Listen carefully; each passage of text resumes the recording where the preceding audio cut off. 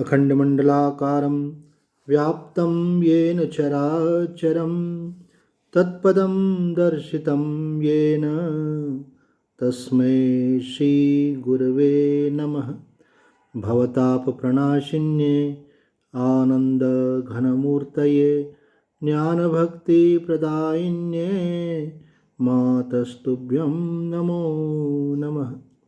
संक्षिप्त योग वशिष्ठ निर्वाण प्रकरण उत्तरार्ध सर्ग 76 विषय प्रलय काल के मेघों द्वारा भयानक वृष्टि होने से एकार्णव की वृद्धि तथा प्रलयाग्नि का बुझ जाना।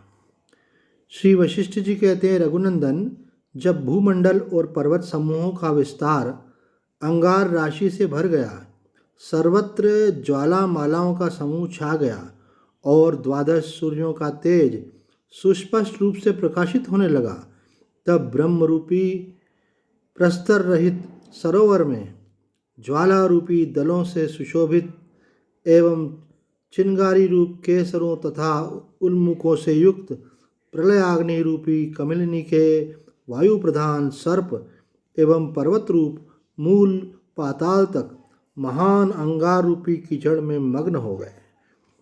तब आकाश को संचरण के योग्य देख मशक में पानी ढोने वाले ऊँटों के सेना के समान कल्पांत कालिक सर्वंतक नाम के मेघों के समूह, जो काजल की भांति काले थे, गर्जन तर्जन करते हुए निकट आ गए। फिर तो वहाँ प्रबल प्रचंड धार से वृष्टि होने लगी। आकाश में वज्र की कठोर गड़गड़ाहट सुनाई देने लगी, मानो सारा ब्रह्मांड फूटा और फूटा जा रहा हो। जैसे दावानल में प्रज्वलित होने पर सारे वन में भीषण लपटें छा जाती हैं, उसी प्रकार आकाश रूपी वन में विद्युत का प्रकाश छा जाने के कारण वहाँ वर्षा बड़ी भयावनी जान पड़ती थी। पृथ्वी चट चट शब्द के साथ टूटने लगी, उसकी अंगार राशियाँ फूट फूट कर बुझने लगी। मेघों के गर्जनाओं के साथ ही बढ़ती हुई घोर वृष्टि से लोक लोकांतर धराशायी होने लगे। अंगार युक्त जगत रूपी गेह में विलास करने वाली वह वृष्टि धरती की ज्वाला रहित वाष्प शोभा से सत्कृत हुई। उस शोभा ने प्रकट होकर मानो सखी की भांति उसकी अगवानी की।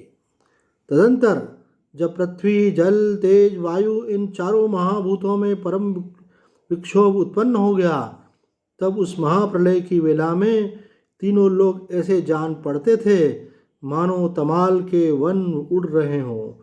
सारी त्रिलोकी की भस्म मेघ, धूम मेघ, महाकल्पांतकारी मेघ, वाष्प रूपी मेघ तथा ऊपर छाए हुए जल कण रूपी मेघ, इन 5 प्रकार के मेघों से आच्छादित हो रही थी। आकाश में लगातार खंभों के समान मोटी मूसलाधार वर्षा हो रही थी। कल्पांत काल की आग को बुझा देने वाली उस अंधाधुंध वर्षा से ढम ढम की ध्वनि और घोर आवाज हो रही थी। उस समय सारे समुद्र नदियों में समूह द्वारा, जिनमें गंगा एक छोटी तरंग सी जान पड़ती थी, भरे जा रहे थे। आकाश भरती भयानक मेघों की भांति वे सरिताएं भी अपनी जल राशि से समुद्रों को परिपूर्ण कर रही थी। पर्वतों का आधारपीठ भूतल जीर्ण शीर्ण होकर खंड खंड हो चुका था, इसलिए उन पर्वतों के तट प्रांत गल गए थे। इधर उन्हें प्रलय काल की वायु उड़ा रही थी। इस अवस्था में उन लुढ़कते हुए पर्वतों के गिरने से संसार के सारे समुद्र उनके द्वारा संकीर्ण से हो रहे थे। समुद्र की तरंगों द्वारा ऊपर फेंके गए प्रस्तर खंडों से बादलों को छिन्न भिन्न कर देने वाली प्रलय वायु समुद्र की गर्जना के समान भीषण एवं गंभीर घोष करती हुई त्रिलोकी की सारी दिशाओं में तट प्रांत को नष्ट भ्रष्ट किए देती थी। प्रचंड वायु के टकराने से पर्वत समूहों के गुफाओं में जो भाए भाए की आवाज़ उठ रही थी, उससे सारा संसार व्याप्त हो गया था। लोकपालों के नगर झोंके खा खा कर चक्कर काटते हुए सब ओर गिर रहे थे। बड़े बड़े पर्वतों के विस्तृत भाग नष्ट हो गए थे। उस समय धूम और भस्म के बादल प्रकट होने लगे। पानी की बाढ़ से जनपद और नगरों के समूह धराशायी होने लगे। ऊंची ऊंची तरंगें उठने लगी और भूतल तथा पर्वत डूबने लगे। भंवरों में पड़कर घर घर ध्वनि करने वाले और आपस में टकराकर एक दूसरे को विदीर्ण कर देने के लिए उद्यत ऊंचे ऊंचे पर्वत समुद्र बिखरे पत्तों के समान चक्कर काट रहे थे। घूमते हुए सैकड़ों धूमकेतुओं के उत्पाद उठ रहे थे। इससे इस जगत की ओर देखना अत्यंत कठिन हो गया था।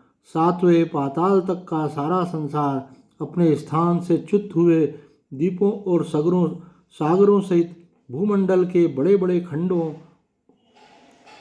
और लुढ़कते हुए अन्य पाताल मंडलों से पूर्ण सा जान पड़ता था। नीचे सातवें पाताल तक, मध्य में भूमंडल एवं पर्वतों तक, ऊपर आकाश मंडल तक एकार्णव बना हुआ सारा जगत प्रलय वायु से परिपूर्ण हो रहा था। प्रसंग वही चला आ रहा है कि ब्रह्मा जी ने जब अपना संकल्प निरस्त कर दिया, छोड़ दिया, तो उनके संकल्प में जो सृष्टि थी वो भी धराशायी होने लगी। अर्थात जैसे ब्रह्मा जी के संकल्प से ये सृष्टि है और उनका संकल्प लय होने से सृष्टि सिमट जाती है, उसी प्रकार से जीव का भी अपना एक संकल्प है और वो संकल्प है कि ये मेरा है, ये तेरा है। तो संसार में जो उसने ये कुछ चीज़ों को मेरा मान रखा, यही उसका बंधन है। और जब इस मेरापन के भाव को वो त्याग देता है तो उसको बोलते हैं आत्यंतिक प्रलय। अर्थात उसके जीव का बनाया हुआ जो जगत है वो वहाँ धराशायी हो जाता है और ब्रह्मा जी का ही जगत शेष रह जाता है। ब्रह्मा जी के जगत के विलीन होने से जीव का कल्याण नहीं होता है। वो तो संस्कार रहते हैं और फिर पुनः सृष्टि की रचना में वही जीव उन संस्कारों को लेकर के जन्म लेते हैं। लेकिन ये जो आत्यंतिक प्रलय है, जो विवेक पूर्वक जीव अपने अहंता और ममता को त्यागता है, उससे जो उसका माना हुआ संसार धराशायी हो जाता है, उस प्रलय में जीव की मुक्ति हो जाती है। क्योंकि जब वो किसी को मेरा नहीं मानता तो वो सब बंधनों से मुक्त हो जाता है। ये ब्रह्मा जी की सृष्टि का विलय भी हमको एक वैराग्य की वृत्ति देता है कि सब कुछ सदा रहने वाला नहीं है, जो प्रकट हुआ है वो लीन हो जाएगा। और उसी के अंतर्गत हमने जो अपनी सृष्टि मानी हुई है वो भी सदा रहने वाली नहीं है। अज्ञान के कारण मेरा मानकर हम उसमें सुखी होते हैं और बहुत दुख पाते भी। इन सुख दुख से मुक्त होने के लिए आत्यंतिक प्रलय की आवश्यकता है। अर्थात विवेक द्वारा उस परम निषेध की अवस्था को प्राप्त करो, जहाँ इन सब चीज़ों का त्याग कर दिया गया और एकमात्र चैतन्य ही अवशेष है। आज इतना ही। ओम पूर्णमदः पूर्णमिदं पूर्णात् पूर्णमुदच्यते पूर्णस्य पूर्णमादाय पूर्णमेवावशिष्यते। ओम शांति शांति शांति।